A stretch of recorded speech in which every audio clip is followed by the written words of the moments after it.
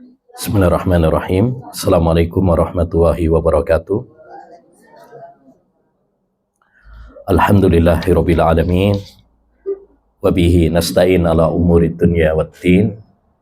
Wassalatu wassalamu ala asyrafil anbiya'i wal mursalin nabiyina Muhammad wa ala alihi wa sahbihi ajmain wa man ihtada bihuda wattaba atharahu ila yaumiddin. Amma ba'd. Rabbi shrah li sadri wa yassir li amri wahlul 'uqdatam min lisani yafqahu qawli. Allahumma inna nas'aluka ilman nafi'a wa rizqan thayyiba wa amalan mutaqabbala. Para akhwat dan ummahat yang semoga senantiasa dirahmati dan diberkahi oleh Allah Subhanahu wa taala. Alhamdulillah, kembali kita dipertemukan oleh Rabbuna Jalla wa Ala dalam majelis ilmu yang berbarokah. Semoga Allah Subhanahu wa taala senantiasa melimpahkan rahmat dan barokahnya kepada kita semuanya, mencurahkan ilmu yang bermanfaat, yang menumbuhkan amal soleh dalam kehidupan kita di dunia ini sebagai bekal untuk kehidupan di akhirat nanti. InsyaAllah ta'ala kita akan melanjutkan kajian kita pada pembahasan tentang indahnya akhlak dan adab dalam Islam dari kitab Fusulun fil Adab wa Makarimil Akhlak karya Al-Imam Ibnu Aqil rahimahullahu ta'ala, di mana kita telah sampai pada halaman 34 ya. Mudah-mudahan kita bisa menyelesaikan buku ini. Bismillahirrahmanirrahim. Kata beliau, wattadawi bil hijamati wal fasdi wal qayyi wasyurbil adwiyati jaizun.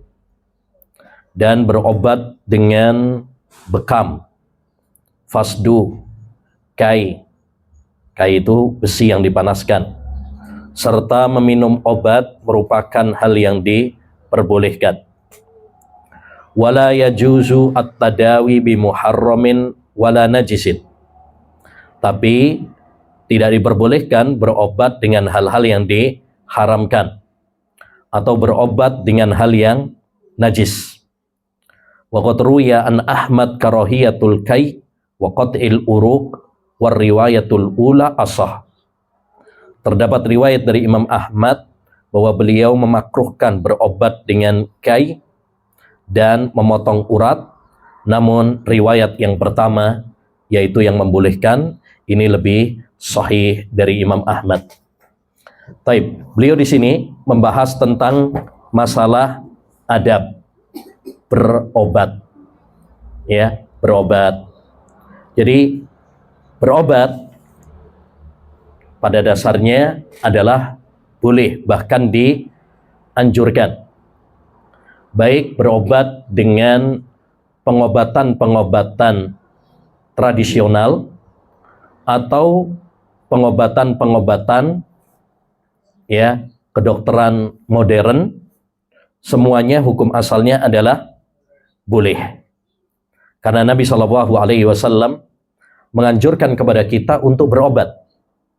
Tadawaw fa inna Allaha lam yadha' da'an illa wadha'a lahu dawaan ghaira da'in wahid wa huwal haram. Kata Nabi alaihi salatu wassalam, wahai hamba-hamba Allah, berobatlah kalian. Jadi kita dianjurkan untuk berobat ya ketika sakit. Fa inna Allaha lam yadha' da'an, karena Allah SWT tidak menurunkan suatu penyakit illa wadha'a lahu dawaan, kecuali Allah SWT menurunkan juga obatnya ya, kecuali satu penyakit, yaitu al-haram, pikun ya, penyakit pikun. Maka hadis ini menunjukkan kepada kita anjuran untuk apa? Berobat ya, berobat. Dan ini bukan berarti kemudian kita tidak bertawakal, tidak. Justru tawakal itu menganjurkan kepada kita untuk ikhtiar. Ya, karena tawakal itu bergantung kepada Allah Subhanahu wa taala dengan melakukan sebab. Nah, jadi kita bertawakal kepada Allah Subhanahu wa taala. Tapi tawakal itu bukan berarti kita tidak berusaha. Jadi ini salah satu usaha untuk kita sembuh, yaitu dengan cara apa? Berobat, ya. Dan pengobatan-pengobatan itu ada dua macam. Yang pertama, ada pengobatan yang memang ada dalilnya. Seperti yang disebutkan oleh penulis, misalkan apa? Al-hijamah, bekam. Ya, bekam ini ada dalilnya yang menganjurkan kepada kita untuk berobat dengan bekam, dengan cara bekam. Kata Nabi SAW, inna amsala ma tadawaitum bihi al-hijamah. Sesungguhnya pengobatan yang paling bagus itu adalah dengan hijamah. Hijamah artinya bekam. Bekam itu apa? Diambil, dikeluarkan darah kotornya. Ya, dan ini memang sangat bagus sekali. Dari riset kedokteran pun menunjukkan bahwa bekam itu memang sangat bagus dan banyak manfaatnya. Ya. Dan terbukti, ya. Saya termasuk yang sangat suka dengan apa? Bekam ini karena saya merasakan memang manfaatnya luar biasa. Ya, sangat luar biasa. Termasuk juga misalkan madu. Madu ada dalilnya bahwasanya madu itu apa? Obat. Ya. Fihi syifa'ul linnas. Kata Allah SWT dalam surat An-Nahl ayat 69 tentang madu. Di dalam madu itu kata Allah SWT syifa'ul linnas. Terdapat apa? Obat bagi manusia. Ya. Atau juga tadi apa? Fasdu. Fasdu itu mirip dengan bekam, ya. Cuma bedanya kalau bekam itu yang dikeluarkan adalah darah kotor. Kalau fasdu tidak hanya darah kotor saja. Ya. Nah, pengobatan yang kedua yaitu pengobatan yang tidak ada dalilnya. Tidak ada dalilnya secara khusus, tapi tidak juga terlarang. Tidak ada dalil yang melarangnya juga. Maka ini hukum asalnya adalah boleh. Ya, kayak misalkan kalau di zaman kita sekarang misalkan jamu misalkan. Ya, jamu, obat tradisional misalkan. Ya, atau ramuan-ramuan tertentu yang terbukti bahwa itu apa? Bisa mengobati suatu penyakit. Ya, atau melalui pengalaman. Atau juga yaitu pengobatan-pengobatan modern. Seperti misalkan sekarang, kalau zaman sekarang misalkan apa? Ya, suntik atau pil, ya, dari bahan kimia yang dibuat oleh para dokter terpercaya setelah melakukan riset, ya, penelitian dan lain sebagainya. Maka ini hukum asalnya adalah boleh. Oleh karenanya kita nggak boleh anti, ya. Ada sebagian orang itu anti sama kedokteran. Nah, itu nggak benar juga. Sebagaimana ada pula yang anti sama pengobatan tradisional. Menganggap bahwa pengobatan tradisional semuanya nggak benar misalkan. Itu juga keliru. Ya, selama pengobatan tersebut tidak bertentangan dengan syariat, maka hukum asalnya adalah apa? Boleh. Ya, atau misalkan kalau pengobatan tradisional sekarang juga misalkan apa? Pijet misalkan, atau akupuntur misalkan, tidak mengapa. Itu hukum asalnya adalah boleh. Ya, kecuali jika pengobatan tersebut pengobatan yang terlarang, bertentangan dengan syariat. Contohnya tadi kata beliau, wala yajuzu tadawi bimuharram wala najis. Nggak boleh berobat dengan pengobatan-pengobatan yang haram. Misalkan berobat dengan khamr, misalkan. Maka ini tidak boleh. Karena khamr bukanlah obat. Kata Nabi alaihi salatu wassalam, innahu laisa bidawa walakinnahu da. khamr itu bukanlah obat, tetapi dia justru menimbulkan apa? Penyakit. Ya, justru menimbulkan penyakit. Maka tidak mungkin Allah Subhanahu wa taala mengharamkan sesuatu kemudian menjadikannya sebagai obat. Nah, itu sesuatu yang tidak mungkin. Atau najis. Beda ya, sesuatu yang haram sama najis itu beda. Tidak semua yang haram mesti najis. Dan semua yang najis pasti haram. Itu kaidahnya. Apa kaidahnya? Semua yang najis pasti haram.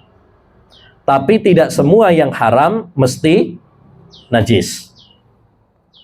Ya.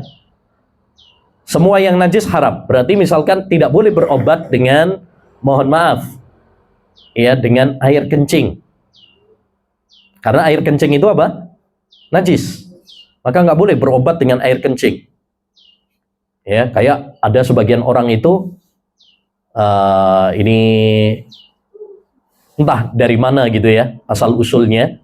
Sebagian orang kalau katanya kalau sakit mata, berarti kalau bangun tidur suruh cuci mukanya dengan air kencing. Apalagi baru bangun tidur masih anget. Ya. Nah, itu katanya apa? Bisa mengobati penyakit mata. Boleh apa tidak? Nggak boleh. Karena air kencing itu najis. Ya. Sesuatu yang najis berarti tidak bisa dijadikan sebagai obat. Karena semua yang najis itu pasti haram. Tapi tidak semua yang haram mesti najis. Alat-alat musik, misalkan gitar, seruling, haram. Tapi apakah najis? Tidak. Ganja haram, tapi apakah najis? Tidak. Patung berhala haram, tapi apakah najis? Tidak. Jadi itu kaidahnya ya. Ya, semua yang najis mesti haram, tapi tidak semua yang haram pasti apa? Najis. Ya. Baik. Jadi pengobatan itu hukum asalnya adalah boleh. Ya. Baik pengobatan yang ada dalilnya seperti bekam, seperti madu, atau pengobatan yang tidak ada dalilnya seperti pijat, jamu, ya, atau akupuntur, atau pengobatan-pengobatan modern, pil, suntik, ya, dan lain sebagainya, maka hukum asalnya adalah boleh, ya, sampai ada dalil yang melarangnya. Contoh, misalkan, ya, berobat dengan khamr. Nah, ini nggak boleh karena ada dalilnya yang melarang.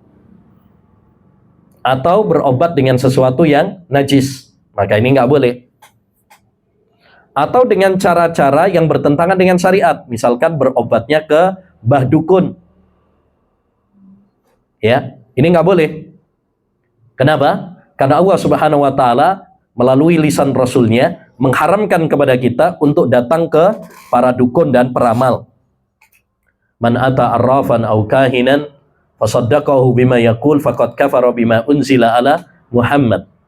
Siapa yang mendatangi para dukun dan peramal lalu membenarkan apa yang dia katakan, maka ya dia telah kufur dengan apa yang diturunkan oleh Allah kepada Nabi Muhammad sallallahu alaihi wasallam.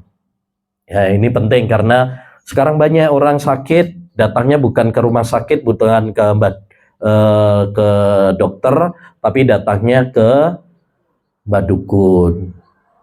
Ya. Nah, ini sekarang juga banyak dokter-dokter gadungan. Dokter-dokter gadungan.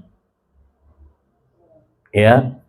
Yang dibilang misalkan orang pinter atau dia membuka praktek apa namanya itu? Pengobatan alternatif. Nah, ini hati-hati ya. Hati-hati. Ya, pengobatan-pengobatan yang tidak masuk di akal. Masa ada pengobatan itu dengan cara mentransfer penyakit. Katanya penyakitnya nanti bisa ditransfer ke telur misalkan. Ya. Atau ditransfer ke ayam misalkan, ke hewan. Atau ada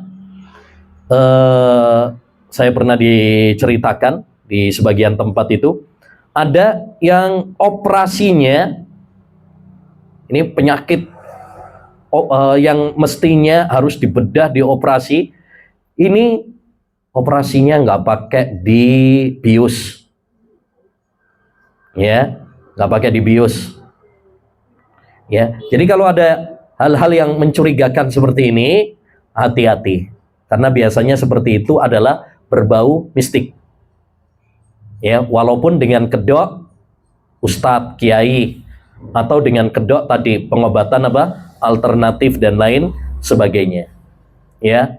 Nah, karena sekarang ini banyak yang tertipu gitu ya. Oh ini bukan dukun ya. Kalau dukun haram, enggak. Kalau ini ustadz ini, ya, bukan dukun. Makanya ada buku menarik judulnya Dukun Hitam, Dukun Putih. Dukun hitam, dukun putih. Maksudnya kalau dulu dukun itu warnanya apa? Hitam semuanya, bajunya hitam, ya, ruangannya hitam, gelap semuanya, pakai belangkon, ya, akiknya hitam, kacamatanya mungkin hitam, ya. Tapi sekarang serba putih, mungkin dia pakai jubah, kopiahnya putih, ya, bahkan mungkin dia komat kamitnya kayaknya bacanya bahasa Arab gitu ya kan. Dan bawahnya, ya, mungkin bawahnya adalah alat tasbih yang besar sebesar pentol, ya, dan lain sebagainya. Ini kadang-kadang akhirnya apa? Menipu sebagian orang, ya. Banyak orang-orang awam terutama tidak bisa membedakan, akhirnya wah, ya, lumayan juga ini, lebih murah juga, ya, lebih murah daripada kalau ke rumah sakit mahal ini. Nah, akhirnya mereka terjerumus dalam hal-hal atau pengobatan yang bertentangan dengan syariat. Maka hendaknya kita mengetahui bahwasanya pengobatan itu hukum asalnya adalah boleh, tapi tidak boleh bertentangan dengan syariat. Ya, ingat, kesembuhan di tangan Allah Subhanahu wa taala. Yang bisa menyembuhkan segala penyakit kita hanyalah Allah Subhanahu wa taala. Wa idza maridtu fahuwa yashfin. Apabila aku sakit, dialah Allah Subhanahu wa taala yang menyembuhkan aku, bukan yang lain. Bahkan para dokter pun nggak bisa menyembuhkan. Mereka hanya usaha. Kalau seandainya yang menyembuhkan itu para dokter, ya, pasti semuanya akan bisa disembuhkan. Tapi ada nggak yang gagal? Banyak. Ya, bahkan dokter sendiri mungkin pernah sakit dan dia nggak bisa menyembuhkan dirinya sendiri, atau anaknya, orang tuanya. Ya, mereka hanya berusaha. Ya, mereka hanya berusaha. Baik. Berikutnya, waman ra'a minal hayyati syai'an fil manzilihi falyu'dhinhu salasan. Jika seorang melihat ular di rumahnya, maka hendaknya dia memperingatkannya sebanyak 3 kali. In badalahu ba'da dzalika qatalahu. Ya, jika muncul lagi setelah diperingatkan sebanyak 3 kali, boleh bagi dia untuk apa? Membunuhnya. Wa qad qala Ahmad in kana dzutufyatain wal abtar qatalahu wa lam yu'dhinhu. Ya, kata Imam Ahmad, kalau ularnya memiliki 2 garis hitam di punggungnya dan ekornya pendek, maka boleh dibunuh tanpa memperingatkannya. Wasifatul qawli alladhi yu'dhinuhu imdhi bisalam au idhab bisalam. Adapun kata-kata yang diucapkan adalah berlalulah dengan selamat atau pergilah dengan selamat. Taib. Ini tentang salah satu adab kita terhadap hewan. Ya, salah satu adab kepada hewan. Karena Islam itu adalah agama yang sangat peduli dengan lingkungan, ya, peduli dengan hewan. Bahkan di dalam agama Islam, ya, kita dianjurkan untuk sayang kepada binatang. Kata Nabi alaihi salatu wassalam, "Inna Allaha katabal ihsana ala kulli syai." Allah Subhanahu wa taala mewajibkan kepada kita semuanya untuk berbuat baik kepada semuanya. Bukan hanya kepada manusia saja, bahkan kepada hewan, kepada lingkungan. Makanya kita nggak boleh, ya, menyembelih dengan pisau yang tumpul, ya, nggak boleh. Atau menyembelih dengan cara menyiksa, dikebukin misalkan. Nah, itu nggak boleh. Penyiksaan kepada hewan. Bahkan disebutkan oleh Nabi SAW dalam hadis, "Udzibat imra'atun fi hirrah." Ada seorang wanita yang disiksa di neraka gara-gara dia menyiksa apa? Kucing. Gara-gara dia, ya, menyiksa kucing, nggak sayang sama kucing. Akhirnya wanita tersebut disiksa di neraka. Sebaliknya, Nabi SAW juga mengabarkan ada seorang wanita di zaman Bani Israel, pelacur, banyak dosanya, tapi Allah ampuni dosanya gara-gara dia membantu dan memberi minum kepada anjing yang kehausan. Ini menunjukkan bahwasanya Islam itu sangat peduli kepada lingkungan. Islam itu sangat menganjurkan kepada kita, ya, peduli kepada hewan. Ya, makanya salah satu pelanggaran yang sangat berat kalau kita nggak peduli terhadap lingkungan, kalau kita nggak sayang kepada binatang, itu nggak boleh dalam syariat Islam. Ya, ini perlu diperhatikan. Salah satunya Islam memberikan adab kepada kita bagaimana kalau kita mendapati binatang di rumah, binatang ular. Ya. Terkadang mungkin kita mendapati ada ular di rumah kita. Maka Nabi SAW melarang kita untuk membunuh ular langsung kalau di rumah, ya. Ini kalau di luar nggak masalah dibunuh karena binatang ular itu termasuk binatang yang memang dianjurkan untuk dibunuh. Ya. Uqtulul hayat, kata Nabi, bunuhlah ular-ular. Itu kalau di luar. Ya, kalau di padang pasir atau mungkin di rumput-rumput misalkan, ya, atau di tambak dan sebagainya, itu silahkan langsung dibunuh. Tapi kalau di dalam rumah, nah ini Nabi SAW mengatakan, ya, inna bil madinati jinnan qad aslamu. Jangan, kalau kalian di rumah ada ular, jangan langsung dibunuh. Kenapa? Karena bisa jadi ular-ular tersebut adalah jin yang telah masuk Islam. Ya, fa idza ra'aitum minhu syai'an fa'adhinuhu salasata ayyam. Kalau kalian mendapati ular di rumah, maka berikanlah peringatan kepadanya sampai 3 kali. Sampai tiga kali. Ya, fa in badalakum ba'da dzalika faqtulu. Tapi kalau setelah diingatkan sampai 3 kali dia tidak kabur juga, tidak pergi juga, maka boleh bagi kalian untuk apa? Membunuhnya. Ya, ini. Jadi kenapa kita dilarang untuk langsung membunuh tanpa peringatan? Karena bisa jadi itu adalah jin yang muslim, sehingga mereka adalah saudara-saudara kita. Ya, ini. Jadi kalau lihat ular, kalau ibu-ibu takut nggak, Bu, kalau lihat ular? Langsung dibunuh aja biasanya, ya.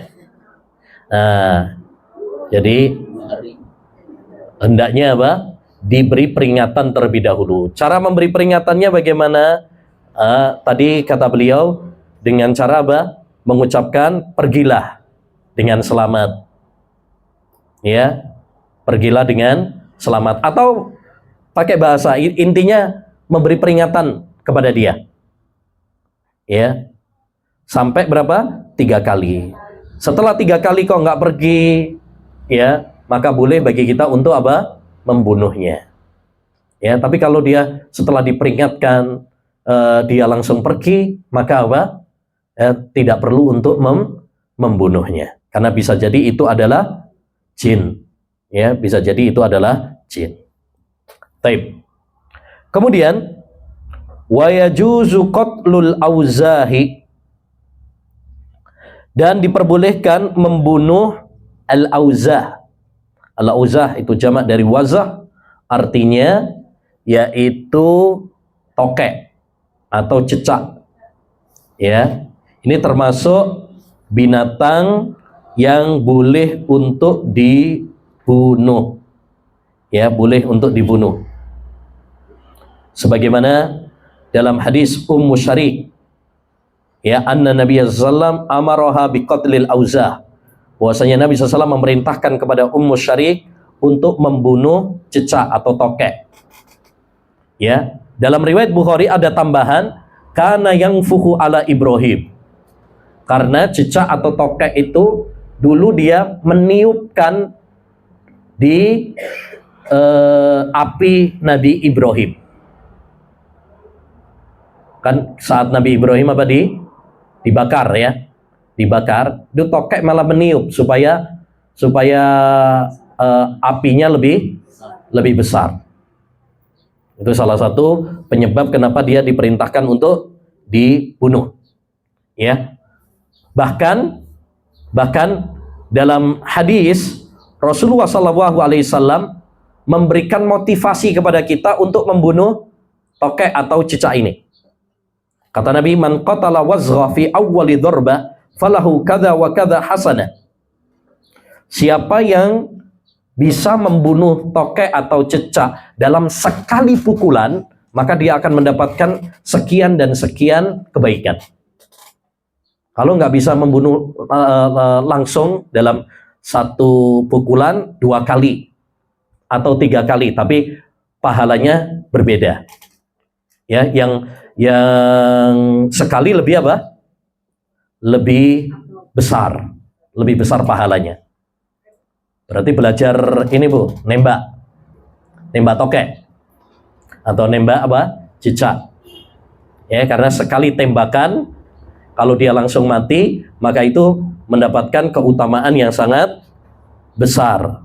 Ya, dalam riwayat yang lain disebutkan kalau sekali pukulan itu akan mendapatkan 100 kebaikan. Kalau 2 pukulan baru mati, maka akan mendapatkan, ya, kurang daripada 100 kebaikan. Insya Allah, ya.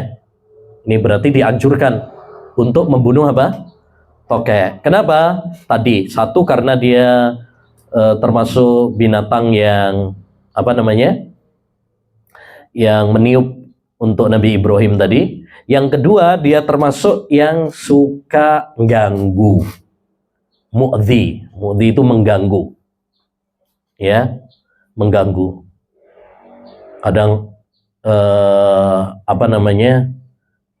Kita lagi asik-asik duduk, dikasih kotoran sama dia. Ya. Dan juga itu mengandung racun. Makanya tidak boleh makan tokek, ya. Ada sebagian orang itu kadang makan apa? Tokek. Itu nggak boleh. Karena kaidahnya semua binatang yang dilarang untuk dibunuh atau yang diperintahkan untuk dibunuh, maka hukumnya apa? Haram untuk dimakan. Ya, ini kaidahnya. Binatang yang dilarang untuk dibunuh atau diperintahkan untuk dibunuh, maka haram untuk dimakan. Ya, karena binatang itu ada 3 macam. Ada 3 macam. Satu, ada binatang yang diperintahkan untuk dibunuh. Ya, ada binatang yang diperintahkan untuk dibunuh. Apa saja? Tadi ular, tikus, ya, kalajengking, ya, kemudian tokek itu tadi ya, cecak itu juga termasuk. Baik. Yang kedua, ada binatang yang dilarang untuk dibunuh, seperti semut, lebah, tawon itu ya. Kemudian yang dilarang untuk dibunuh, ya, termasuk yaitu katak, kodok, ya, itu dilarang. Ada hadisnya yang melarang untuk membunuh. Baik. Yang ketiga, binatang yang tidak ada perintah untuk membunuhnya dan tidak ada larangan membunuhnya. Baik. Adapun yang pertama dan yang kedua, maka ini hukumnya apa? Haram untuk dimakan. Jadi nggak boleh misalkan makan tokek, itu nggak boleh. Ya, makan tikus, ya, nggak boleh. Makan ular, nggak boleh. Ya, atau makan tidak tadi misalkan apa, semut atau tawon, ya, atau makan apa, kodok, nggak boleh. Ini sebagian orang kadang apa, makan ya seperti itu, terutama orang-orang non muslim, ya, orang non muslim itu makannya menjijikkan. Kadang tikus dimakan, ular disate, ya, apalagi yang namanya babi ya, nah, itu udah makanan terlezat mereka itu malah. Naudzubillah min dzalik. Padahal makanan itu memiliki pengaruh yang sangat besar. Makanya kita bersyukur kepada Allah SWT kalau kita diberi nikmat Islam, ya.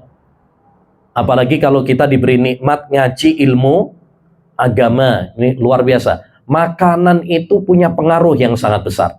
Kalau kita makan makanan yang haram, makanan-makanan yang kotor, makanan-makanan yang menjijikkan, akhirnya apa? Akhirnya membuat hati kita, akhlak kita kotor, jijik, ya, rusak, ya. Ini orang yang makan misalkan makanan-makanan yang haram, akhirnya akhlaknya, perbuatannya pun jorok, perbuatannya pun kotor, ya. Berbeda dengan orang yang makan makanan yang halal, maka hatinya bersih, akhlaknya bersih, amal perbuatannya pun apa? Bersih, ya, baik. Nah, ini penting ya. Kenapa masalah makanan itu sangat diperhatikan di dalam agama Islam? Karena dia punya pengaruh yang sangat besar dalam kepribadian kita. Ya, hanya kita bersyukur walaupun makannya misalkan ya tahu tempe, kerupuk, ya, itu insya Allah bikin hati kita apa? Lembut ya, bukan bikin lemes atau ngantuan, bukan. Insya Allah bikin lembut hati kita, insya Allah akhlak kita pun demikian, ya. Taib. Berikutnya, wala yajuzu qatlun namli wala tahribu ahjuratihinna, dan tidak boleh membunuh semut. Nah, ini semut termasuk binatang yang dilarang untuk dibunuh. Jadi termasuk binatang yang tidak boleh untuk dibunuh adalah semut, ya, semut. Ini ada hadisnya dari Nabi SAW. Nabi melarang membunuh 4 binatang. 1 semut, yang kedua adalah lebah, yang ketiga hudhud, ini burung hudhud, yang keempat adalah burung surad, ya, suradi. Ini nggak boleh, ya. Taib. Tapi bagaimana kalau misalkan semut tersebut gigit kita? Boleh nggak kemudian kita bunuh? Ya, kalau gigit kita, apakah boleh untuk dibunuh? Boleh, tapi kalau kita bisa untuk tidak membunuhnya, itu lebih baik. Ya, seandainya kita bisa menangkisnya, dia mungkin gigit kita, tapi kita menangkisnya tanpa membunuhnya, maka itu lebih apa? Lebih utama. Tapi kalau misalkan tidak ada cara kecuali dengan membunuhnya, maka boleh untuk membunuhnya. Ya, makanya kata Ibrahim An-Nakhai, "Idza adzakan namlu faqtulhu." Kalau semut itu menyakitimu, maka boleh bagi kamu untuk membunuhnya. Ya, boleh bagi kamu membunuhnya. Tapi kalau dia nggak salah, ya, kemudian kita bunuh, atau dia biasanya semut itu punya sarang, ya, punya sarang. Akhirnya kemudian kita bakar, kita ambil gas, kemudian kita bakar lubangnya di situ. Nah, ini haram, nggak boleh. Kalau dia nggak ganggu, maka tidak boleh bagi kita untuk apa? Membunuhnya. Ya, apalagi kalau membunuhnya dengan api, nggak boleh. Kata Nabi SAW, "Innahu la yu'adzibu binar illa rabbun nar." Tidak boleh menyiksa dengan api kecuali Robnya api. Robnya api siapa? Allah Subhanahu wa Ta'ala. Ya. Baik. Bagaimana kalau kita bunuh semut tapi nggak sengaja? Misalkan kita niatnya bakar sampah, tapi di sampah itu ternyata ada semutnya. Boleh apa tidak? Boleh, karena kita nggak sengaja. Niat kita bakarnya sampah, bukan bakar semut. Itu namanya, kalau kaidah fikihnya namanya at-tabi utabi, ngikut. Ya, ngikut. Berarti dia ngikut kepada sampah tadi. Karena tujuan kita adalah bakar sampahnya, bukan bakar semutnya. Ya, jadi ini tidak boleh, hukum asalnya tidak boleh untuk membunuh apa? Semut, atau tadi merusak sarangnya. Ya, karena semut ini masya Allah termasuk binatang yang ajaib, ya. Ya, sampai ada surat secara khusus, ya. Surat apa? An-Naml. Surat tentang semut. Ya, surat tentang semut itu sampai ada. Di mana salah satu pelajaran penting, ya, dalam surat An-Naml itu yang Allah Subhanahu wa Ta'ala ceritakan dalam surat An-Naml, ketika ada Nabi Sulaiman sama pasukannya akan lewat, qalat namlatun ya ayyatuhan nablu udhulu masakinakum la yahtimannakum Sulaiman wa junudu wa hum la yashkurun. Ada seekor semut yang mengatakan kepada teman-temannya, wahai teman-temanku semut, masuklah ke sarang kalian. Jangan sampai Sulaiman dan pasukannya menginjak kalian tanpa sengaja. Apa pelajaran yang bisa kita petik dari ucapan semut ini? Semut sangat sayang sama temannya. Ya enggak? Dia nggak pengen kalau teman-temannya apa? Diinjak oleh Nabi Sulaiman tanpa sengaja. Kadang-kadang kan kita nginjek, nggak taunya ternyata apa? Ya ada semut di bawah. Nah, Nabi Sulaiman, kalau salah satu mukjizat Nabi Sulaiman kan dia bisa paham apa? Bahasa semut. Nabi Sulaiman ya, bukan Mama Gufron. Kalau ada yang sekarang yang ngomong bisa bahasa semut, wah ini kalah dong, nanti mirip sama Nabi Sulaiman dong ini. Ini ngawur ini ya. Taib. Jadi maksudnya adalah semut ini luar biasa. Ya, banyak ibrah pelajaran yang bisa kita ambil dari semut. Pernah juga ada seorang ulama pernah mengambil pelajaran dari semut. Luar biasa ya. Pernah dengar nggak? Ada kisah Al-Imam Al-Kisai, seorang ulama ahli nahwu. Pernah dengar? Belum. Imam Al-Kisai pernah belajar nahwu, ilmu bahasa Arab ya, ilmu bahasa Arab. Tapi awal belajar nahwu pusing dia, nggak mudeng-mudeng, nggak paham-paham.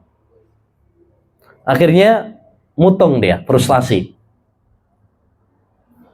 Ketika frustasi, dia duduk-duduk melihat ada semut. Dia ngangkut makanan gitu ya ke atas, jatuh lagi. Ngangkat naik lagi, jatuh lagi. Untuk yang ketiga kalinya ternyata apa? Berhasil. Akhirnya dia mengatakan, semut ini saja nggak frustasi. Masa saya kalah sama semut? Akhirnya dia belajar lagi ilmu nahwu sampai dia menjadi pakar ilmu nahwu. Pelajarannya apa? Kita tidak boleh apa? Frustasi dalam belajar agama. Ya, kadang mungkin pertama kita belajar nggak paham, tapi kalau kita sabar, tekun, insya Allah akan kasih apa? Kemudahan kepada kita. Baik.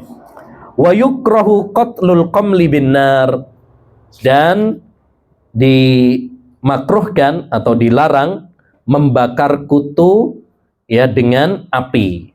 Ya ini. Dan ini bukan hanya kutu saja, semua binatang.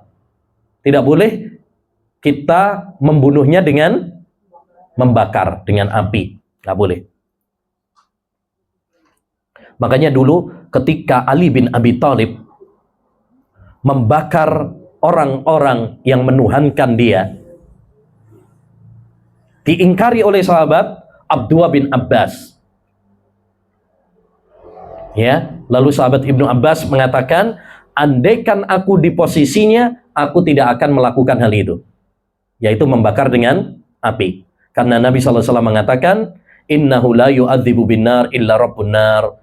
Ya, tidak boleh menyiksa dengan atau membakar dengan api kecuali Robnya api. Akhirnya sampailah itu kepada sahabat Ali bin Abi Thalib, lalu dia pun istighfar dan bertobat kepada Allah Subhanahu wa taala. Ya, merasa salah, merasa bersalah. Ya. Karena mungkin tidak tahu tentang hadis tersebut, atau bisa jadi terbawa suasana. Taib. Kemudian kata beliau, wala yahillu qatludz dzafadi, dan tidak boleh membunuh kodok, kata. Lianna Nabi sallallahu naha an qatlidz dzifda, karena Nabi SAW melarang membunuh apa? Kata. Jadi nggak boleh ya membunuh kata, ini tidak boleh.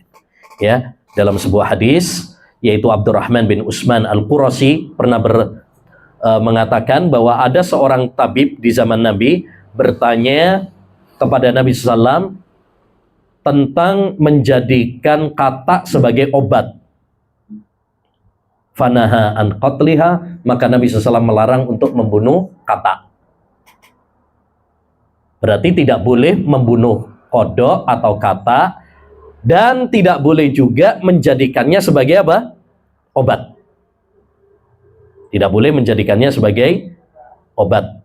Ada sebagian orang itu kadang menjadikan kata itu sebagai obat.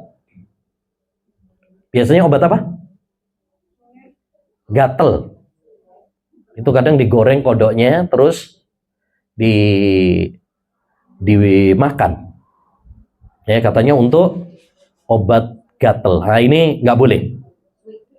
Ya, karena apa? Karena kodok termasuk binatang yang dilarang untuk dikonsumsi. Kaidahnya, semua binatang yang diperintahkan untuk dibunuh atau dilarang untuk dibunuh, maka haram memakannya. Bahkan dalam hadis Abdullah bin Amr bin As, ya, beliau pernah mengatakan, ini ucapannya Abdullah bin Amr bin As, tapi sebagian ulama mengatakan ini marfu hukman, hukumnya sampai kepada Nabi. Ya, di mana Abdullah bin Amr bin As mengatakan la taqtuludz dhafadi'. Jangan kalian membunuh kodok. Fa inna naqiqaha tasbihun. Karena suara kodok itu adalah tasbih. Dia sedang bertasbih. Gimana Bu suara kodok? Ya itu, biasanya kalau yang di mana ya, kalau di sawah gitu ya, biasanya banyak kodoknya. Kalau di kota-kota jarang ya. Ya, jarang. Kalau biasanya di desa-desa itu banyak suara kodok. Nah, itu kata Abdullah bin Amr bin As, itu dia sedang apa? Bertasbih. Ya. Nah. Baik, berikutnya. Wa yukrahu izalatu al-awsahi fil masajidi. Kataqlimil adfari wa qassis syaribi. Wa nadfil ibiti wal amalu was sana'i'u kal khiyatati wal kharzi wal halji wat tijarah wa ma syakala dhalik idza kasur wala yukrahu idza qalla mislu raq'i thawbin aw qasfi na'lin aw tashrikiha idza qata'a sishuha. Ya, dimakruhkan membersihkan kotoran pada tubuh di masjid, seperti potong kuku, cukur kumis, mencabut rambut ketiak, ya. Begitu juga pada pekerjaan dan kerajinan seperti menjahit, merajut, menambal dan berdagang. Hal-hal seperti itu dibenci jika banyak, tapi jika sedikit maka tidak dibenci, seperti menambal pakaian, menambal sandal, atau menyambungnya jika talinya putus. Ini kaitannya dengan adab apa? Adab ketika di masjid. Kita tahu masjid itu adalah rumah Allah SWT. Wa annal masajida lillah. Masjid-masjid itu adalah milik Allah Subhanahu wa Ta'ala. Dan masjid adalah tempat yang terbaik di muka bumi ini. Ahabbul biqa'i ila wahil masajid. Kata Nabi SAW, tempat yang paling dicintai oleh Allah SWT di muka bumi ini adalah apa? Masjid. Dan masjid adalah tempat untuk ibadah, tempat untuk sholat, tempat untuk baca Quran, tempat untuk kajian, tempat untuk berzikir, berdoa. Ya. Oleh karenanya masjid harus kita hormati, harus kita jaga kebersihannya, kenyamanannya. Kita makmurkan, ya, dengan cara memakmurkan masjid itu dengan dua cara. Yang pertama, memakmurkan masjid dengan menjaga kebersihannya, ya, dengan menjaga kebersihannya, kenyamanannya. Makanya dulu pernah ya di zaman Nabi SAW ada seorang wanita yang suka nyapu dan membersihkan masjid. Suatu saat Nabi SAW nggak melihat wanita tersebut. Dicari-cari sama Nabi. Mana wanita yang biasa nyapu masjid ini? Para sahabat mengatakan, dia sudah meninggal wahai Rasulullah. Kata Nabi, kenapa kalian nggak memberitahu saya? Marah Nabi. Kok nggak dikasih tahu? Kata para sahabat, dia meninggalnya malam hari wahai Rasulullah. Kami nggak enak kalau apa? Memberitahu engkau, bangunkan engkau, ganggu istirahat. Kata Nabi, kalau begitu beritahu aku di mana kuburannya. Akhirnya diberitahu kuburannya Sehingga Nabi SAW pun datang ke sana dengan beberapa sahabat dan sholat jenazah di kuburannya.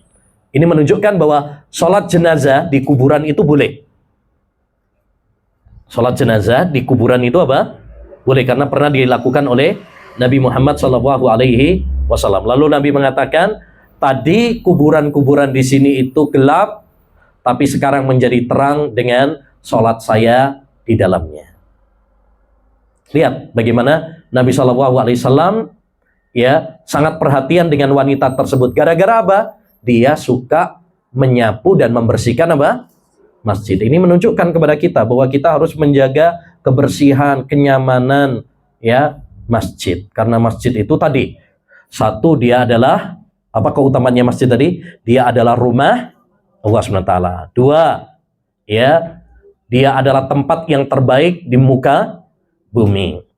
Ya. Yang ketiga, dia adalah tempat untuk beribadah kepada Allah Subhanahu wa taala.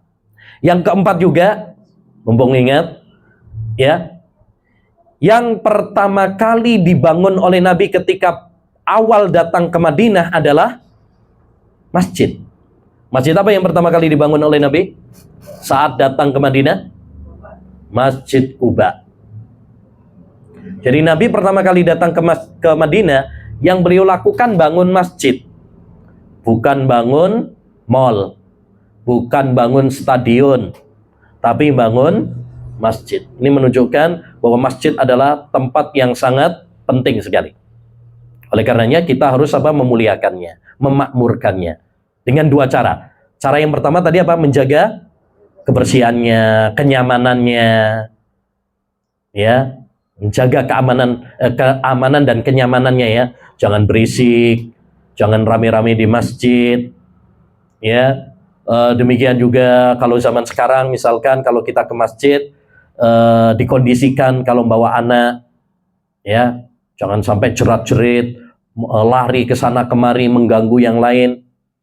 Termasuk juga menjaga HP kita, jangan sampai berdering, ya, sehingga mengganggu yang lain. Apalagi jika nada deringnya musik, nyanyian, dangdut, nanti orang lagi sholat joget lagi nanti.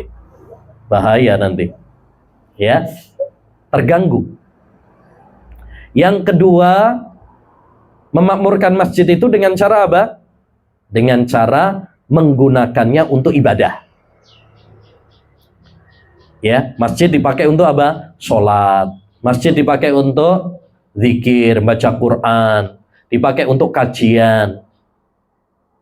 Jangan sampai masjidnya megah, masjidnya wah fasilitasnya, tapi ternyata apa? Sepi. Nggak pernah dipakai sholat, nggak pernah dipakai baca Quran, nggak pernah dipakai untuk kajian. Ya.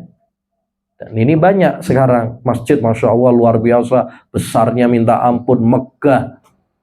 Tapi pas sholat cuma imam sama yang adzan doang. Sepi. Bahkan ada sebagian masjid itu orang bilang masjidnya angker. Ya, kok bisa masjid angker? Itu berarti yang salah masjidnya atau orangnya? Orangnya, karena nggak dimakmurkan. Ya. Nah, setelah kita memahami hal ini, maka kata beliau, dimakruhkan ya membersihkan kotoran-kotoran di masjid. Seperti apa tadi? Potong kuku, cukur kumis, ya, nyabut bulu ketiak. Kenapa? Karena ini berarti bukan menjaga kebersihan, tapi malah ngotorin. Ya. Yang kedua juga kata beliau, ya, dimakruhkan juga melakukan pekerjaan-pekerjaan pribadi di masjid. Seperti apa? Jahit. Jahit kok di masjid. Ya, dagang di masjid. Ya, masjid itu tempat untuk ibadah, bukan untuk kepentingan dunia. Makanya Nabi SAW sampai pernah mengatakan, idza ra'aitum man yabi aw yabta'u fil masjid. Kalau kalian melihat ada orang yang jualan atau membeli di masjid, faqulu la arbahallahu tijarah. Maka katakan kepadanya, semoga Allah tidak memberikan keuntungan pada perdagangan. Jadi nggak boleh ya jual beli di masjid, ya tidak boleh kerja pribadi di masjid, ya kecuali kalau sedikit tadi misalkan dicontohkan sama beliau nambal baju yang bolong misalkan, atau apa tadi, misalkan ada sandalnya yang putus kemudian dibenerin, maka itu adalah boleh karena itu tidak terlalu mengganggu. Tapi pekerjaan-pekerjaan dunia ya dilakukan di masjid, maka ini tidak diperkenankan. Berikutnya halaman 38, wala yajuzu ihsa'ul bahaim. Ya, tidak boleh mengebiri hewan ternak. Wala kayyuha bin nari lil wasmi, dan tidak diperbolehkan juga kai, menempelkan besi panas pada hewan. Wa tajuzul mudawat hasaba ma ajazna fi haqqin nas fi ihdar riwayatain. Ya, namun pengobatan hewan ternak dengan kai diperbolehkan sebagaimana kami berpandangan bolehnya orang-orang berobat dengan kai seperti dalam salah satu dari dua riwayat. Tapi ini masih berkaitan dengan tadi binatang tadi, yaitu tidak boleh mengebiri binatang. Kalau kepada orang ini sepakat para ulama bahwa tidak boleh mengebiri, ya sepakat. Tapi kepada binatang ini ada perselisihan di kalangan para ulama. Sebagian para ulama mengatakan tidak boleh, dan ini yang dikuatkan oleh penulis. Kenapa? Karena itu terdapat penyiksaan kepada binatang, dan kita dilarang untuk menyiksa binatang. Yang kedua, pendapat yang kedua dalam masalah ini adalah boleh mengebiri kambing atau sapi ya atau onta, karena itu bisa membuat dia semakin gemuk. Kalau semakin gemuk, dagingnya semakin banyak, semakin empuk, ya, dan itu semakin bagus, ya, semakin bagus, ya. Jadi ini ada perselisihan, dan yang dikuatkan oleh penulis bahwa mengebiri binatang adalah tidak diperkenankan, makruh kata beliau. Taib. Yang kedua, yang tidak diperkenankan juga adalah yaitu melakukan kai tadi, menempelkan besi panas pada hewan, ya, untuk sebagai tanda, biasanya sebagai tanda. Kalau menempelnya pada wajah, maka ini jelas tidak diperbolehkan dengan kesepakatan para ulama. Ada larangannya dalam hadis, naha Rasulullah SAW anid dzarbi fil wajah. Rasulullah SAW melarang mukul bagian wajah, wa anil wasmi fil wajhi, dan melarang juga wasem. Wasem itu tadi ngasih tanda dengan besi di wajah, itu nggak boleh. Jadi kalau dulu biasanya binatang itu dikasih tanda supaya nggak hilang, itu pakai besi yang dipanaskan, ya, supaya nggak hilang atau tertukar dengan binatang yang lainnya. Nah, jadi menurut beliau itu adalah tidak boleh juga, karena itu termasuk penyiksaan, ya, termasuk penyiksaan. Taib. Dalam pendapat yang kedua mengatakan bahwa hal itu adalah diperbolehkan. Yang penting tidak di wajah. Kalau tidak di area wajah, maka itu adalah diperbolehkan. Kenapa? Karena al-kayy itu adalah pengobatan dengan besi. Menurut pendapat yang lebih kuat juga adalah boleh, tapi makruh. Sebaiknya tidak dilakukan. Kenapa sebaiknya tidak dilakukan? Karena Nabi SAW memuji orang-orang yang tidak menggunakan pengobatan dengan kai. Bahkan termasuk umat Nabi Muhammad yang masuk surga tanpa hisab, salah satunya adalah yang tidak berobat dengan kai. Tapi dalam beberapa kondisi Nabi SAW ternyata membolehkan dan mengizinkan kepada sebagian sahabat untuk melakukan kai, seperti kepada Sa'ad ibnu Mu'ad, ya, tokoh Ansor dari sahabat Nabi SAW, sangat terluka, ya. Nabi SAW mengizinkan kepadanya untuk melakukan kai. Maka ini menunjukkan bahwa kai itu adalah boleh, tetapi yang lebih utama adalah dihindari. Yang lebih utama adalah dihindari. Makanya sebagian ulama mengatakan wa akhirud dawai al-kayu. Alternatif pengobatan yang paling terakhir adalah al-kayu. Artinya kalau masih bisa dengan pengobatan yang lain, maka itu lebih utama. Tapi kalau tidak ada cara yang lain kecuali dengan al-kayu, maka itu adalah diperbolehkan. Baik. Berikutnya, halaman 39, wa birrul walidaini, dan berbakti kepada kedua orang tua, baik ayah ataupun ibu, wajibun, hukumnya adalah wajib. Su'ila Ahmad an birril walidain afardun huwa. Imam Ahmad pernah ditanya, apakah berbakti kepada orang tua itu hukumnya wajib? Faqala la aqulu fardun walakinnahu wajibun. Ya, maka beliau mengatakan kalau fardu tidak, tapi hukumnya adalah wajib.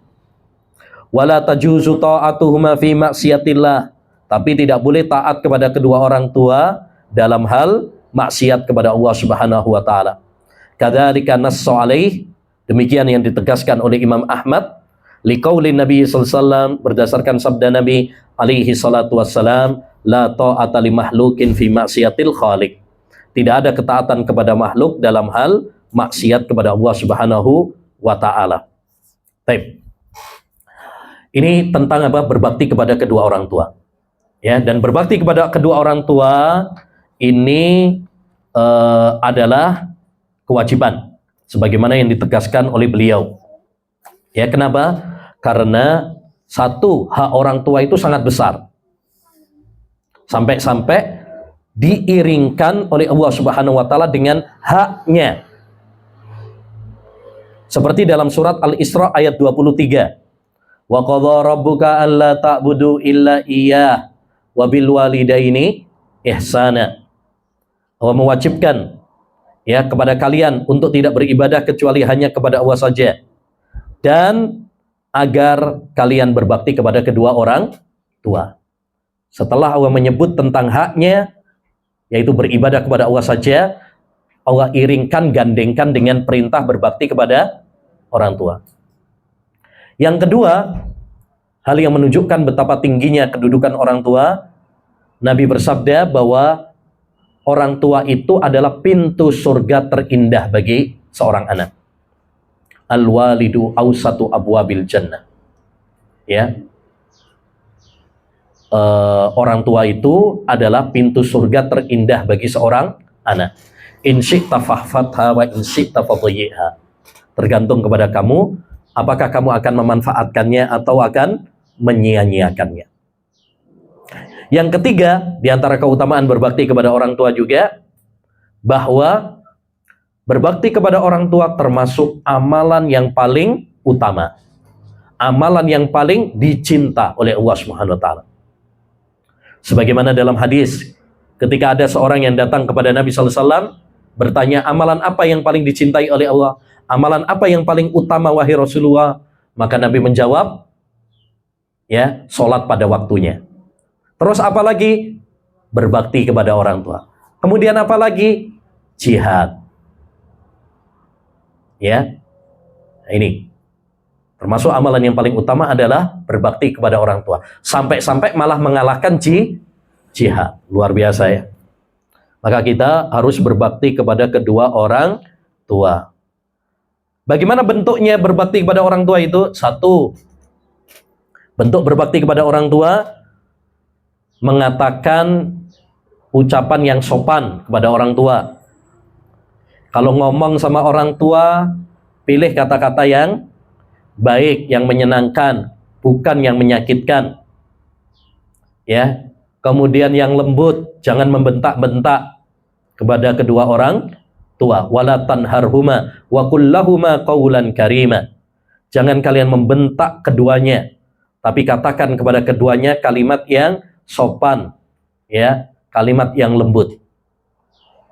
Yang kedua, bentuk berbakti kepada orang tua adalah tawadhu. Apa tawadhu? Merendah. Jangan sampai kita sombong, merasa lebih hebat daripada orang tua kita. Ya, apapun profesi kita, apapun jabatan kita, hendaknya bagi kita untuk merendah di hadapan orang tua. Wahfid lahuma janahad dzulli. Ya, tundukkan ya, dirimu kepada kedua orang tuamu. yakni tawadhu, merendah. Menarik, dulu ada seorang ulama namanya Haywah bin Shuraih. Dia seorang ulama, sedang ngisi kajian, dipanggil sama ibunya. Ibunya datang ke pengajiannya. Dia bilang apa? Wahai Haywah, pulang dulu, kasih makan ayammu. Ya, nurut, ditutup majelisnya. Ya, dia ngomong sama murid-muridnya, saya pulang dulu, mau nurut perkataan apa? Ibu saya. Habis itu balik lagi. Dia nggak bilang, ibu ini gimana sih, orang lagi kajian juga nggak tahu apa? Ya, itu menunjukkan tawadhu'nya beliau. Ya, yang ketiga, termasuk berbakti kepada orang tua juga adalah mendoakan orang tua. Tanda seorang anak itu dikatakan anak yang soleh, yang solihah, kalau dia mendoakan orang tua. Awaladin salihin yad'ulahu, atau anak yang soleh yang mendoakan orang tuanya. Kalau kita nggak pernah mendoakan orang tua kita, berarti itu kedurhakaan kepada orang tua. Perhatikan, kalau kita nggak pernah doakan orang tua kita, berarti kita anak yang durhaka. Wa qur rabbirhamhuma kama rabbayani shaghira. Ya, katakan, ya Allah, ampuni kedua orang tuaku sebagaimana mereka menyayangiku saat aku masih kecil. Orang tua kita yang menyayangi kita, apalagi ibu kita, mengandung kita, menyusui kita, melahirkan kita, ya, merawat kita, ya, dengan penuh cinta dan kasih sayang. Maka doakan orang tua kita, baik mereka masih hidup ataupun sudah meninggal dunia. Yang keempat, termasuk berbakti kepada orang tua juga adalah menyambung silaturahmi dengan kerabat orang tua atau teman-teman dekatnya. Ya, sebagaimana dalam hadis, inna min abarril birri silatar rajuli wudda abi. Termasuk menyambung atau berbuat baik kepada kedua orang tua adalah menyambung kerabat orang tua atau teman-teman dekat orang tua. Kalau bapak kita atau ibu kita punya teman dekat, maka sambung. Ya, apalagi kalau misalkan kayak Ramadan atau Idul Fitri, ya, siapkan hadiah untuk mereka. Ya, mungkin dikasih sarung, mungkin dikasih mukena, ya, hadiah Idul Fitri untuk menyambung. Ya, ini termasuk yang paling efektif, ya, zaman sekarang. Yang paling efektif itu menyambung berbakti kepada orang tua dengan materi. Ya, orangnya nggak datang nggak apa-apa, yang penting hadiahnya, transfernya yang datang. Ya, tapi kalau bisa datang lebih bagus. Baik, termasuk berbakti kepada orang tua juga sedekah untuk orang tua kita, atau umroh atau menghajikan orang tua. Ya, kalau orang tuanya sudah meninggal dunia misalkan, boleh. Ya, dan itu termasuk berbakti kepada kedua orang tua.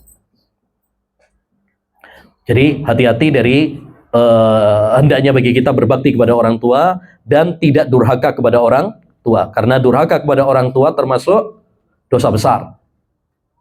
Ya, termasuk dosa besar. Minal kabair al-isyraku billah wa uququl walidain. Termasuk dosa besar, syirik kepada Allah dan durhaka kepada orang tua. Tetapi kewajiban berbakti kepada orang tua itu, kata beliau apa? Bukan berarti kemudian kita mentaatinya ketika mereka menyuruh kita untuk maksiat. Kalau mereka menyuruh kita maksiat, tidak boleh untuk ditaati. Kalau nyuruh kita syirik atau bid'ah atau maksiat, nggak boleh ditaati. Karena la ta'ata li makhluqin fi maksiatil khaliq. Tidak ada ketaatan kepada makhluk dalam hal maksiat kepada Allah Subhanahu wa taala. Ya. Kalau nyuruh kita misalkan nyuruh kita ikut acara-acara bid'ah misalkan, atau bahkan nyuruh kita ke mbah dukun misalkan, tuh anakmu sakit ya, udah dibawa kemana-mana daripada nanti meninggal ya, atau tambah parah, coba dibawa ke mbah dukun fulan misalnya. Kadang-kadang orang tua kadang seperti itu ya. Ya, tidak boleh untuk ditaati. Tapi walaupun kita tidak mentaatinya, bukan berarti kemudian kita durhaka. Kata Allah dalam surat Luqman ayat 15, wa in jahadaka ala an tusyrika bima laisa laka bihi ilmun fala tuti'huma wa shahibhuma fid dunya ma'rufa. Jika kedua orang tuamu menyuruhmu untuk ya murtad dari agama Islam, jangan taati. Tapi tetap perlakukan keduanya di dunia dengan baik. Masya Allah. Indahnya agama Islam. Ya, misalkan kalau kita punya orang tua non-muslim misalkan, nyuruh kita untuk ikut Natal misalkan, Natal bersama, boleh ditaati apa tidak? Nggak boleh. Nggak boleh. Katakan kepadanya, lakum dinukum waliyadin. Bagi kalian agama kalian, bagi kami agama kami. Kita toleransi, tapi bukan berarti menyetujui kekufuran mereka. Ya, toleransi itu bukan berarti mengorbankan apa? Akidah. Toleransi itu seperti saya seneng teh, ibu-ibu seneng kopi misalkan, ya udah kita nikmati sesuai apa? Selera masing-masing. Tapi nggak usah dicampur-campur. Teh dicampur sama kopi, ya jangan. Cukup bubur aja yang dicampur. Akidah jangan. Ya. Jadi tidak boleh untuk mentaatinya dalam kemaksiatan, tapi ya tetap harus berbuat baik kepada kedua orang tua. Baik. Berikutnya, wa yukrahul ittika'u ala yusra yadayhi wara'a dhahri. Wa yukrahul julusu bainas syamsi wadh-dhilli. Ini adab ketika duduk. Tidak boleh atau dimakruhkan, ya makruh ya, bersandar pada tangan kiri di belakang punggungnya. Bersandar dengan tangan kiri di belakang punggungnya. Bisa Bu? Tahu gambarannya? Ya, jadi ini biasanya orang ya sambil ke belakang nyantai kayak gini, berpegangan pada tangan kiri ya di belakang punggungnya. Ini dimakruhkan. Nabi SAW pernah menegur ada seorang sahabat yang melakukan hal tersebut. Kemudian kata Nabi, atak udukid atal maghdubi alaihim. Apakah kamu duduk seperti duduknya orang-orang yang dimurkai oleh Allah, yaitu orang-orang Yahudi. Dan kita tidak boleh untuk tasyabbuh dengan orang-orang Yahudi dan Nasrani. Man tasyabbaha biqaumin fahuwa minhum. Siapa yang menyerupai suatu kaum, maka dia termasuk golongan mereka. Sebagian ulama mengatakan larangan ini hanyalah khusus dalam sholat saja. Adapun selain dalam sholat maka tidak mengapa. Sebagian ulama mengatakan seperti itu. Tapi yang lebih hati-hati adalah ya walaupun di luar sholat tetap juga kita harus apa? Menghindarinya. Ya, ini lebih hati-hati. Ya, lebih hati-hati. Kalau di dalam sholat jelas, tapi kalau di luar sholat ini ada perselisihan. Apakah larangan ini khusus dalam sholat saja atau tidak? Ya, tapi yang lebih hati-hati adalah apa? Walaupun di luar sholat pun hendaknya kita apa? Menghindarinya. Baik. Demikian juga yang dimakruhkan adalah cara duduk bainas syamsi wadzilli, antara sinar matahari dan bayangan. Maksudnya, jangan sampai kita duduk sebagian badan kita terkena sinar matahari dan sebagiannya tidak. Coba dicek tuh cara duduknya. Ada sebagian yang badannya seperti itu apa enggak? Sebagian badan kita kena cahaya matahari, sinar matahari, sebagiannya apa? Enggak. Nah, ini dimakruhkan. Dalam sebagian hadis disebutkan bahwasanya itu adalah majlisus syaitan.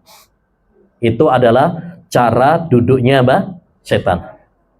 Yang kedua, itu membahayakan tubuh. Dan yang ketiga, itu tidak adil kepada badan. Karena sebagian badan kena, sebagiannya yang lain nggak kena. Padahal Islam itu agama yang menganjurkan kepada kita untuk adil. Dari ujung rambut sampai ujung kaki. Ya, makanya kita nggak boleh pakai sandal itu cuma satu, atau pakai sepatu satu. Karena nggak adil sama kaki. Demikian juga nggak boleh bagi laki-laki untuk koza, potongan rambutnya. Koza itu sebagiannya digundul, sebagiannya enggak. Karena itu berarti enggak adil sama rambut kepala. Jadi kalau kena semuanya, kalau enggak semuanya. Ya, itulah keadilan pada badan. Baik. Terakhir kita tutup dengannya, dan ini pas.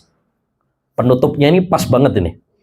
Wa yustahabbu ayyakula indan nuhudhi minal majlis subhanakallahumma wa bihamdika la ilaha illa anta astaghfiruka wa atubu ilaik fahiya kaffaratul majlis. Dianjurkan menutup majlis itu dengan doa subhanakallahumma bihamdik, maha suci engkau ya Allah, ya, wa bihamdik, dan segala puji bagi engkau, la ilaha illa anta, tidak ada Tuhan yang berhak diibadahi kecuali hanya engkau, astaghfiruka, aku mohon ampun kepadamu, wa atubu ilaik, dan aku bertobat kepadamu. Fahiya kafaratul majlis, ini adalah doa kafaratul majlis. Kafarah itu artinya apa? Pelebur dosa. Ya, karena kita mungkin dalam majelis itu ya banyak dosanya. Banyak dosanya. Kita kumpul-kumpul, apalagi kalau kumpul-kumpul gosip, arisan, ya, gosip sana, gosip sini, ghibah sana, ghibah sini. Taklim saja dianjurkan untuk apa? Menutup dengan doa kafaratul majlis. Padahal mungkin kalau di dalam taklim itu apa? Dibacakan ayat-ayat Quran, hadis, tapi itu aja tetap dianjurkan baca doa kafaratul majlis. Apalagi kalau kita majelisnya ya ngalor ngidul nggak jelas, ya bahas sana bahas sini nggak jelas, ya ghibah sana ghibah sini, ya maka dianjurkan untuk membaca doa ini, karena siapa yang menutup majelisnya dengan doa ini, kata Nabi Shallallahu Alaihi Wasallam, maka Allah akan mengampuni dosa-dosanya yang dia lakukan di dalam majelis tersebut. Ya, makanya di dalam hadis kata Nabi Shallallahu Alaihi Wasallam, man jalasa fi majlisin, siapa yang duduk dalam satu majelis, ya, lalu dia banyak berbicara lalu dia berdoa, subhanakallahumma bihamdik asyhadu an la ilaha illa anta astaghfiruka wa atubu ilaik, illa ghufira lahu ma kana minhu fi majlisi dzalik. Kecuali Allah akan ampuni dosa-dosa yang dia lakukan di majelis tersebut. Ya. Nah, ya mungkin kita walaupun taklim, mungkin kita ada dosa. Mungkin taklimnya ada yang nggak benernya, ya. Mungkin juga ada ghibah, ya. Apalagi kalau mungkin kita sebagai jamaah, ya, kadang-kadang mungkin nggak fokus, ya, kelihatannya aja hadir dalam kajian, tapi pikirannya melayang, mikirin apa ya? Entah mikirin utangnya, entah mikirin suaminya, mikirin anaknya, mikirin tanggungannya, mikirin habis ini liburan kemana, ya, nah dan lain sebagainya. Baik. Saya kira itu para ummahat, akhwat. Dengan demikian selesai sudah pembahasan kita tentang buku ini, ya, tentang akhlak dan adab dalam Islam. Mudah-mudahan apa yang telah kita pelajari dari buku ini, Fusul fi Makarimil Akhlak wa Al-Adab, karya Imam Ibnu Aqil, menjadi ilmu yang bermanfaat bagi kita, dan mudah-mudahan kita semuanya bisa mengamalkannya, karena ilmu yang bermanfaat itu adalah ilmu yang diamalkan, ya. Sedikit tapi kita amalkan jauh lebih bermanfaat, lebih berkah daripada banyak tapi kita nggak mengamalkannya, ya. Mudah-mudahan ilmu yang kita pelajari berkah dan bisa kita amalkan dalam kehidupan kita sehari-hari. Amin ya rabbal alamin. Demikian para akhwat dan ummahat yang bisa kita bahas. Semoga bermanfaat. Insyaallah taala nanti kita lanjutkan dengan kitab yang lain, ya, di pertemuan berikutnya. Baik, wassallallahu wasallama ala nabiyina Muhammad wa ala alihi wa sahbihi ajmain. Ustaz mau bertanya, boleh satu aja? Satu aja? Ya udah, kalau satu aja nggak apa-apa deh. Ustaz, Assalamualaikum warahmatullahi wabarakatuh. Ya. Tadi membahas masalah semut ya Ustaz, saya kadang-kadang di rumah itu banyak semut begitu Ustaz, apalagi semutnya suka menggigit. Nah terus saya ambilkan apa namanya, bagus, ada bagus gitu, nanti Apa? kapur bagus. Kapur. Nanti kan banyak semutnya Ustaz, setelah saya lingkarkan gitu, nanti semutnya pada mati Ustaz, bagaimana itu Ustaz ya? Saya jadi takut juga itu, bagaimana kalau tidak seperti itu, semut-semut tidak akan pergi begitu Ustaz. Buat kenyamanan saja, bagaimana Ustaz, itu mohon penjelasannya. Oh, kapur itu mematikan ya? Ada yang mematikan terus dia lari Ustaz dari situ gitu loh. Dia menghindar gitu. Iya. Terus semutnya suka bikin tanah gitu Ustaz. Jadi kita kadang-kadang di mana suka banyak tanahnya, karena semut suka bikin tanah gitu loh. Iya. Pertama, ya, tadi kita sudah ketahui bahwasanya semut itu termasuk binatang yang dilarang untuk dibunuh. Ya. Yang kedua, boleh membunuh kalau memang mereka apa? Mengganggu. Itu kan yang tadi kita pelajari ya. Oleh karenanya, kalau kita bisa untuk tidak membunuhnya, maka itu yang paling utama. Misalkan kalau dia bikin lubang, ya, caranya mungkin dengan apa? Ya ditutup aja lubang tersebut, ya, ditutup tanpa kita apa? Membunuhnya, kecuali jika tidak ada cara yang lain, maka hal itu diperbolehkan, karena hukum asalnya kan nggak boleh kecuali kalau memang apa? Mengganggu. Kalau memang mengganggu, maka itu diperbolehkan, ya. Itu pun kalau bisa dengan cara yang tanpa membunuhnya, maka itu lebih utama, kan begitu, ya. Jadi usahakan dulu untuk tidak pakai kapur kalau memang itu bisa membunuhnya, ya, karena itu sama saja kalau misalkan dia nggak langsung mati tapi kayak kehabisan napas setelah itu, ya, lambat laun akhirnya mati, ya, sama saja itu pembunuhan secara tidak langsung, ya. Jadi usahakan cara-cara yang lain terlebih dahulu, ya, usahakan cara-cara yang lain terlebih dahulu, kecuali bila tidak ada cara yang lain kecuali hanya itu, ya, maka itu diperbolehkan sesuai dengan kebutuhan, ya, dengan kadar, ya. Disebutkan dalam sebuah hadis, ya, dulu pernah ada seorang nabi, ya, seorang nabi digigit oleh semut. Akhirnya dia bakar sarang semut, sehingga banyak semut yang mati. Maka Allah SWT kemudian mewahyukan kepada Nabi tersebut, kenapa bukan hanya satu semut saja yang menggigitmu yang kamu bunuh? Kenapa harus semuanya? Ya, jadi artinya apa? Usahakan semaksimal mungkin untuk tidak membunuh apa? Semut. Kalaupun membunuh, maka yang mengganggu saja, sebisa mungkin. Begitu. Wallahu a'lam. Baik.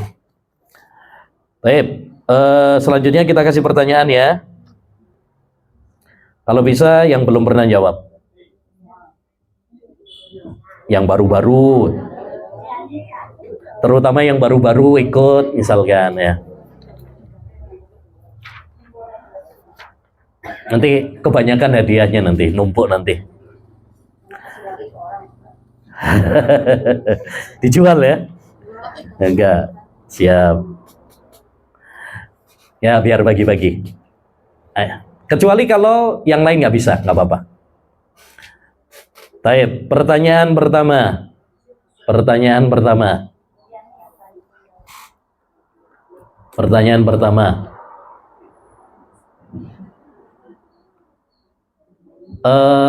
Tadi kita sebutkan cara memakmurkan masjid ada dua. Siapa yang bisa?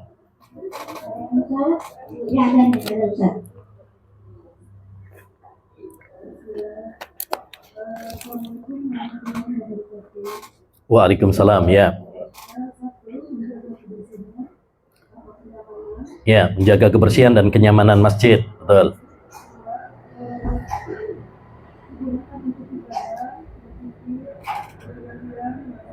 Siap. Ya, memakmurkan masjid dengan cara apa? Memakainya untuk ibadah kepada Allah SWT, seperti sholat, baca Quran, kajian, zikir, doa, dan lain sebagainya. Masya Allah. Taib. Yang kedua, pertanyaan kedua. Tadi kita sampaikan cara-cara atau bentuk-bentuk berbakti kepada kedua orang tua.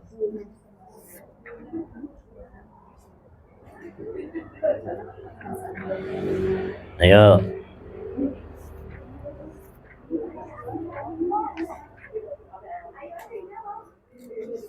Ayo, nggak usah malu-malu. Harus berani. Ya. Nah, kalau ngomong sama orang tua, ngomong yang sopan, yang lemah lembut, jangan bentak-bentak, betul. Yang kedua, tawadu, ya, jangan sombong kepada orang tua. Walaupun mungkin kita gelarnya lebih tinggi daripada orang tua, ya. Kita S3, orang tuanya S-teler misalkan. Baik, yang ketiga, mendoakan, betul. Maka kalau yang tidak pernah mendoakan orang tua berarti durhaka. Yang keempat,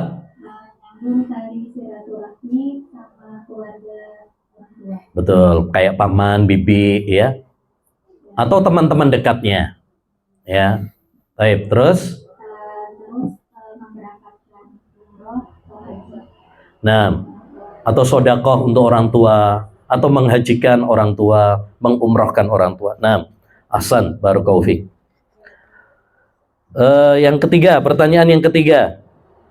Tadi kita sebutkan macam-macam binatang antara yang boleh dibunuh atau yang tidak boleh dibunuh. Ada 3.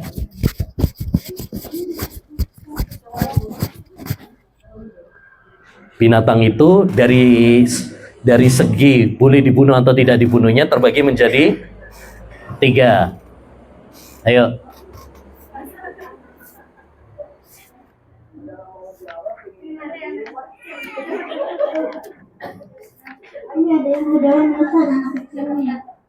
Ya, ayo, nggak apa-apa. Mau kecil, mau tua, nggak apa-apa. Ini kalau semut termasuk yang boleh dibunuh nggak?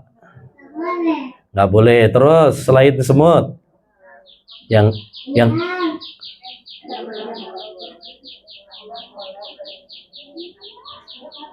Yang nggak satu yang nggak boleh dibunuh dulu, semut. Terus apa lagi? Kata. Ya, terus apa lagi? Lebah, betul. Terus yang kedua, yang boleh atau yang diperintahkan untuk dibunuh.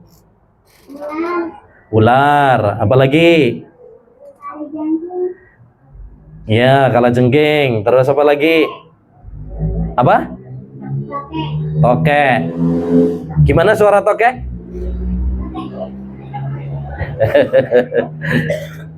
Betul. Terus tikus, ya betul. Terus yang ketiga, apa yang ketiga itu? Binatang yang nggak ada perintahnya dibunuh atau tidak ada larangannya dibunuh. Seperti apa? Ayam. Seperti ayam. Seperti ayam. Baik. Ahsan, barakallahu fiik. Masya Allah. Siapa namanya?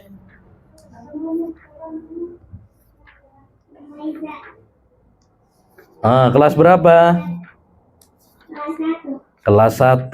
Masya Allah, barakallahu fiik. Masya Allah. Ikut nyatet juga? Nyatet ya? Siap, Masya Allah. Baik, terakhir. Pertanyaan terakhir. Tadi kita sampaikan tentang berobat. Ya, berobat. Pengobatan itu kita sampaikan ada 2. Pengobatan itu ada 2. Siapa yang bisa?